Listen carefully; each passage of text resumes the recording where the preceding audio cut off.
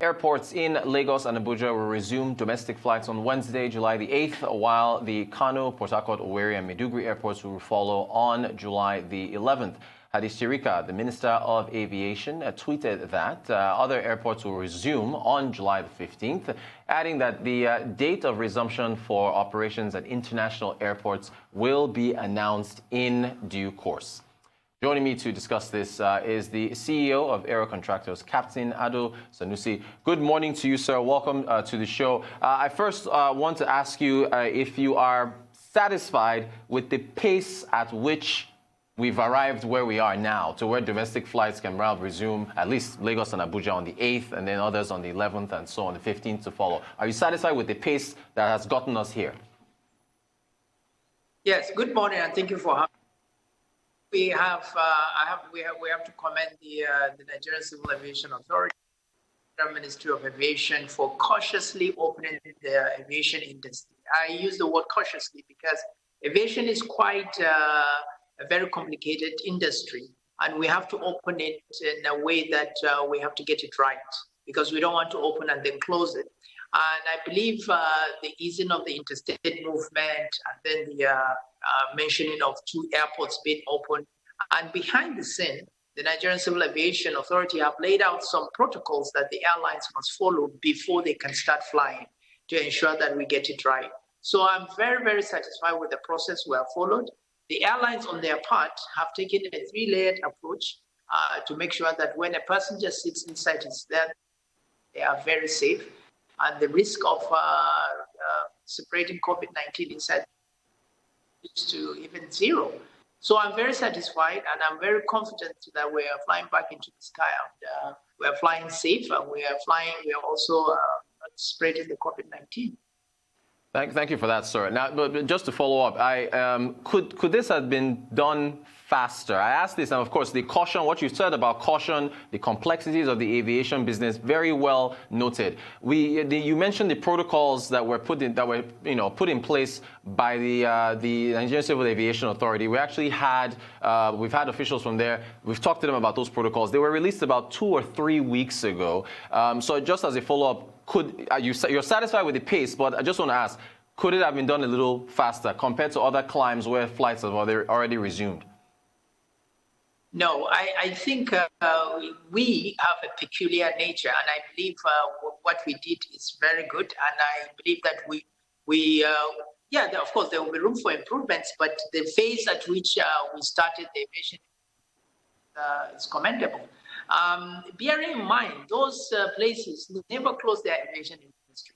And you can see the rate at which the COVID-19 is escalating. Look at the United States, for instance. In Europe, they have already gotten some of the protocols in place. And we in Nigeria have looked at these protocols and have implemented them and cautiously opening the airports. Already, you have to understand how our airports were pre-COVID-19 and the airport authorities have done a tremendous looking at. We did a dry run. After looking at the dry run, I'm really satisfied at the phase that open it up. And the airports authority have tried, especially when the passengers come to the airport and see the kind of work the airport authorities have put in place. Fantastic. I want to get to how the aviation sector recovers with the time it's taken to get here. What's your view on the increase, or the, I don't know if I should call it likely or, projected or speculated increase in airfare in order to support the aviation industry after this period of time of inactivity? Okay, your question is twofold, but let me make it very clear. It's not alleged. There will be an increase in fare of tickets because the Federal Airports Authority of Nigeria have already increased the passenger service charge to 2,000, effective August, I believe, and that will translate to increase in the ticket fare. But the airlines, of course, you said whether they're ready. Of course, they are ready, and there won't be any drastic increase in the ticket fare unless there is a cap on the number of passengers the airlines take. And to say that whether airlines never made money from end of March till today. They never sold any ticket. So, of course, we are in talks with the federal government to see whether we can get soft loans for working capital to make sure that we start up. And I think federal government is listening to us, and I believe they will give us some soft loans. All the airlines that want can apply for those soft loans and then have working capital to start. But you will not see any very big, huge increase in ticket fare unless there is a cap on the number of passengers airlines take.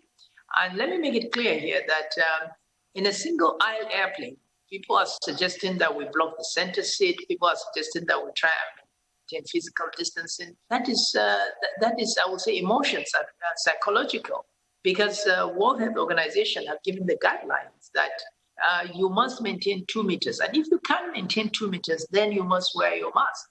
And it is very difficult to maintain 2 meters in a single aisle airplane, which we're using in the domestic operation in Nigeria. So definitely, we will now have to wear a mask and make sure that of course, the air in the aircraft will also reduce the risk of spreading the COVID-19. Now, if that is allowed for airlines to carry as many passengers as they can, I do not foresee any increase in tickets. But if they now cap it, which I don't think we have data or science to back up what we'll ask to cap the number of passengers, then of course somebody has to pay for the empty seats that will be flying. Thank you for that, sir. On the matter of the possibility of getting soft loans, should we be talking about loans or grants or an outright bailout of support? Wouldn't you prefer a grant as opposed to a loan you'd have to pay back? Because with working capital needs, you'd have to be active in order to be able to generate income to pay back those loans. Definitely, I would prefer grants and bailouts, but we do understand the entire industry, the entire country is plunged into this pandemic. So yes, we ask for grants, we ask for bailouts. The federal government decides to give us grants or bailout, of course we welcome it. But in the event that there are other sectors that require that, so we will also have to look at the options. So the worst case scenario would be soft loans. Of course, the best will be loans. There will be grants and bailouts. Fantastic. Thank you for that, sir. One thing we have to give the government credit for was the simulations that they carried out, testing to see how things would work in a real-world scenario where flights resume. Have you gotten any feedback as to how comfortable a passenger would feel having to, if no social distancing is incorporated in flights, how comfortable someone would feel inside a plane wearing a mask for the duration of their flight? Any feedback? Have you gotten any feedback on that? Yes, we have feedbacks. Most of the dry runs we have done, they have come back to us and said, listen, they are very comfortable because of the late approach we have towards the cabin. As I said, first, we don't want the virus to enter the airplane. So by doing so, we make sure that there is temperature checks before you enter the airplane. There is also sanitizing your hands, everything. Then when you enter the airplane, you have a clean airplane. We make sure that every flight, we sanitize, we clean all the surfaces, high-touch surfaces.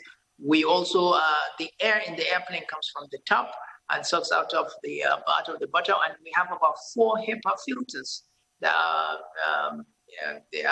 medical grade, that is operating theater grade, that filters air, and every 2 to 3 minutes or even less.